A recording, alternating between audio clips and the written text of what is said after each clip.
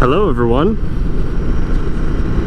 my name's Nate, and so long as this microphone's working, I think this is my first moto vlog. Super excited to give this a try. I've wanted to do it for so long, and I've never anteed up and purchased the proper equipment to do so, but I think I'm actually doing it. So the purpose of today is to just real quickly before sunset ride around and see how everything sounds, make sure everything sounds and looks good, and kind of just a proof of concept. Don't expect to go anywhere too scenic or anywhere too exciting. Today we're in Wausau, Wisconsin, which is where I grew up. And we're just going to go through a quick stroll through the streets and see if we can catch some good sunset views. I've watched moto vlogs for years on YouTube, all the way back probably when I was in my first years at college, back in like 2013, 2014, when moto vlogging was just starting to become a thing on YouTube. And I really, I don't know, looked up to the people that I saw doing it. I thought that I could maybe do it someday. And even though I was riding and doing all this great traveling and experiencing motorcycles, I never thought at the time that it would have taken me this long to actually try it. This vlog is not going to be, you know, me showing you exactly what this multi-strada can do. It's more going to be just getting used to speaking on camera, and hopefully when I get back home and look at this footage, I'm hoping it turns out well. So a little bit about me. I've been riding motorcycles one way or another since I was about 7 years old, and a lot of people would listen to that sentence there and go, Nate, you know, there's a lot of folks out there that say they've been riding since 7, but that usually means something different than actually riding a motorcycle. You know, you're 7 years old, you might start on a little pocket rocket type thing, it may be an electric motorcycle, but everyone likes to add years, as many years as they can onto their stats for how long they've been riding and where they've been. But I was actually riding a motorcycle with a clutch, with a real shifter, the whole 9 yards, license plate, turn signals, at the ripe young age of 7 years old, and I've been hooked ever since. So there's nothing I like doing better than riding. It's even worked its way into my professional life. I've spent a little bit of time as a motorcycle salesperson, helping people find the right bikes for them, which is super fun. And I've more recently worked in the corporate side of power sports as well. So plenty of experience in the industry, tens of thousands of miles logged since I started riding. And that first bike that I was talking about when I was 7 years old, that was a Yamaha GT80 Enduro. It was an 80cc two-stroke Enduro that my mother actually learned to ride on when she was a kid.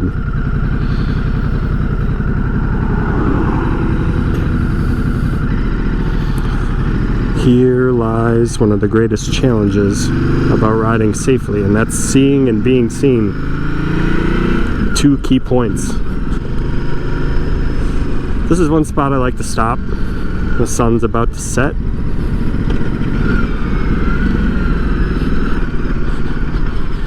Not sure how well this is going to show up on camera, but this is a great spot to watch the sunset over the water. So what we're going to do is we're going to go down that way and turn left, and we're going to head out on the peninsula that you can see here just over to the right.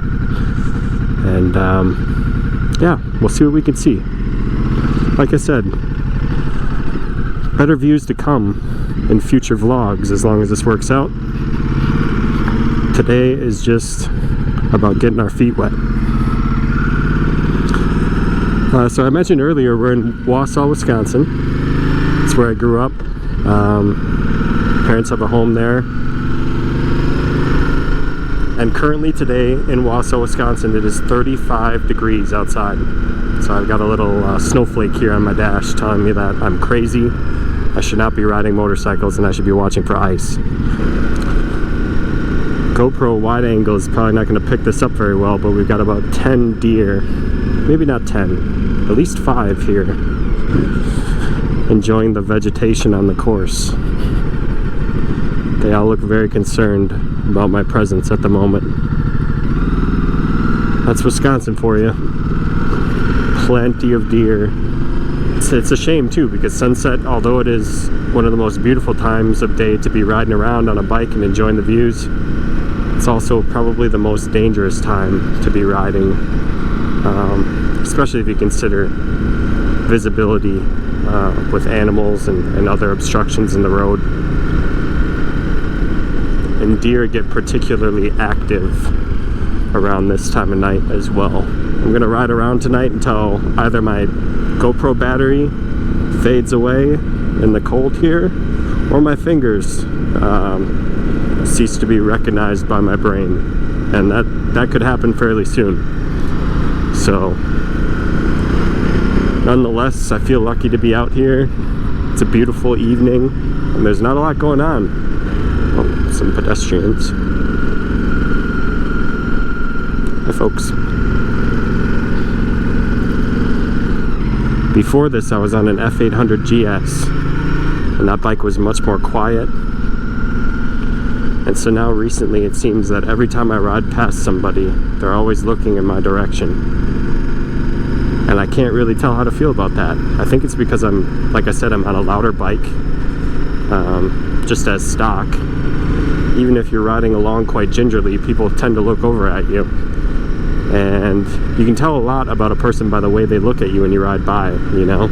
Even if you're minding your business, minding your manners in front of them, riding by slowly. You know, some folks will look over at you and they kind of seem disgusted, and others are really happy to see that you're out riding. It's not something I'm used to just yet. I suppose I could talk a little bit more about my motorcycle history. So I told you earlier that my first motorcycle was a Yamaha GT80 Enduro when I was about 7 years old, and I want to say I rode that till I was about too old to be riding that small of a bike, maybe like 11 or 12. Around that time, my parents surprised me. One evening, I must have done really good in school that semester or something, because I was lucky enough to get a Honda trail bike, a CRF 230F, when I was about 12 or 13. And that's about the time that my dad and I really started riding together a lot.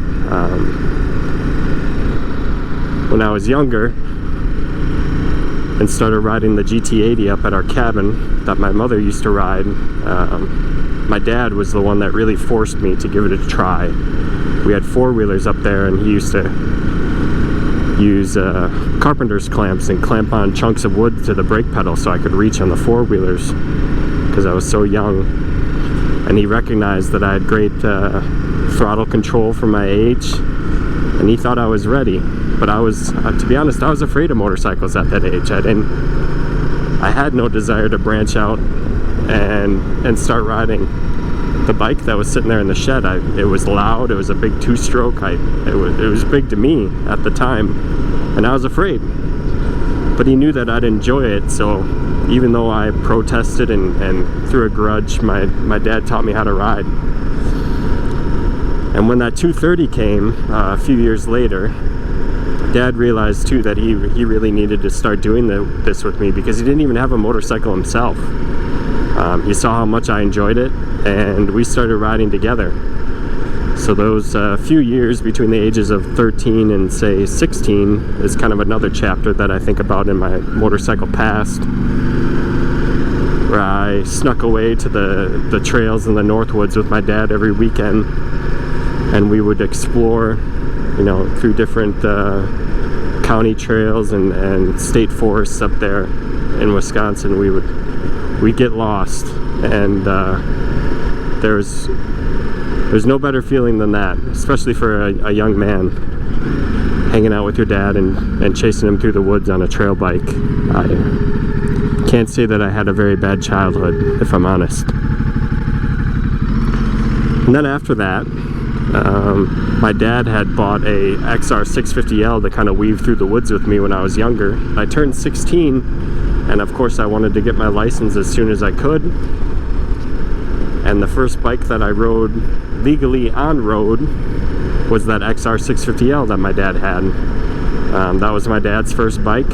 He never had one growing up, and then he, you know, kind of passed it on to me once I got old enough to ride around on the street, because it's what we had. You know, it was the only street legal bike that we had in our arsenal, and I was definitely tall enough to fit on it and comfortable because it was very similar to the trail bike that I had been riding. So I rode that, and my dad and I kind of shared that for a couple years until I turned 19. So after my first year at college, I started a job as an RA. I saved a lot of money on school, and I was able to buy an F800 GS, which was awesome. All right, that's like the next level. Lots more touring capability, and the ability to kind of wake up in the morning when you're up north at the cabin and say, hey, we're gonna ride to Lake Superior and back today, and you know, leave the cabin in the morning at 10 a.m. and not be back until sunset. So it kind of took the obsession to the next level. My dad got a KTM 1190 Adventure R at the same time that I got an F800 GS, and since then we've been all over. Been lucky enough to ride some of the best roads in the United States, out of the bucket list roads for a lot of people. Tail of the Dragon countless times, Needles Highway out west. Recently flew out to California to ride around Lake Tahoe. Rented a BMW 1200 to do that, which was awesome. And that brings us to this year. This bike has about 1,000 miles on it. I'm really enjoying it so far, and I hope to continue to share content with you this summer on my next upcoming adventures. Don't have anything big planned yet for this summer, but you know, we'll probably be heading to the Driftless area a few times to head through the hills, and we'll probably touch a couple Great Lakes this summer while we're riding. See if a lot of, in my opinion, very underrated riding roads that I enjoy here in the Midwest that I don't think a lot of people know about. There's a great bunch of roads around here if you know where to look. In the state of Wisconsin, if you wait at a stoplight for more than about 30 seconds and there's no cars around you, you are free to go on a red. And that's due to me not having enough metal on my motorcycle to trip the meters. Looks like the sun's about setting here. I'm going to turn down one more road, see if we can't catch the last glimpse of it, and then we'll wrap this up. But perhaps this will make its way to YouTube. I'm not sure. That's the ultimate goal, but that's assuming it works. If you're watching this on YouTube, I suppose it has worked. Status update, we're at 33 degrees, just above freezing. I can't really feel my fingers. And we're pressing on. Someone's got to do it. Might as well be me. Tomorrow the temperature is supposed to be about 30 degrees warmer than it is today, which is typical Midwest spring weather behavior.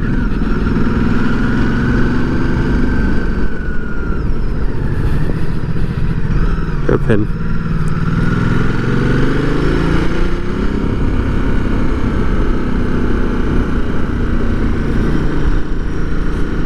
And I think we've just about hit the climax, peak sunset, if you will, right now. And here's one of the best places to see it.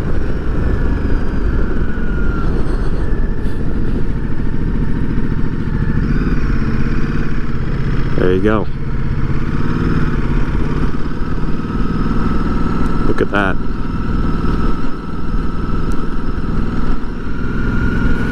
One thing I will say it has taken getting some used to on this Multistrada 950 is, although it's not the most powerful bike on the market or even close to it, it's certainly not lacking in the power department, and the first couple gears are a lot taller than my GS was. So controlling the speed in residential areas is a little bit more of a chore. Luckily, we've got things like electronic throttles that can be turned down to 0, muddled, least amount of sensitivity. That helps out. But it's still not easy. Something about the character of a Ducati motor that just is begging you to push it harder. I'll get to show you guys that someday, but probably not today.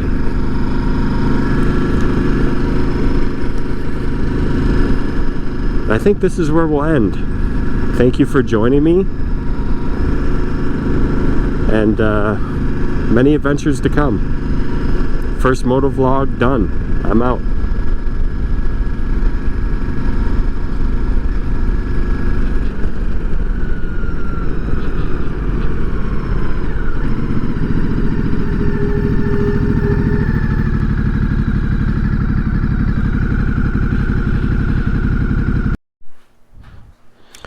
Hey, I forgot to mention, as long as you're here, why don't you just like and subscribe?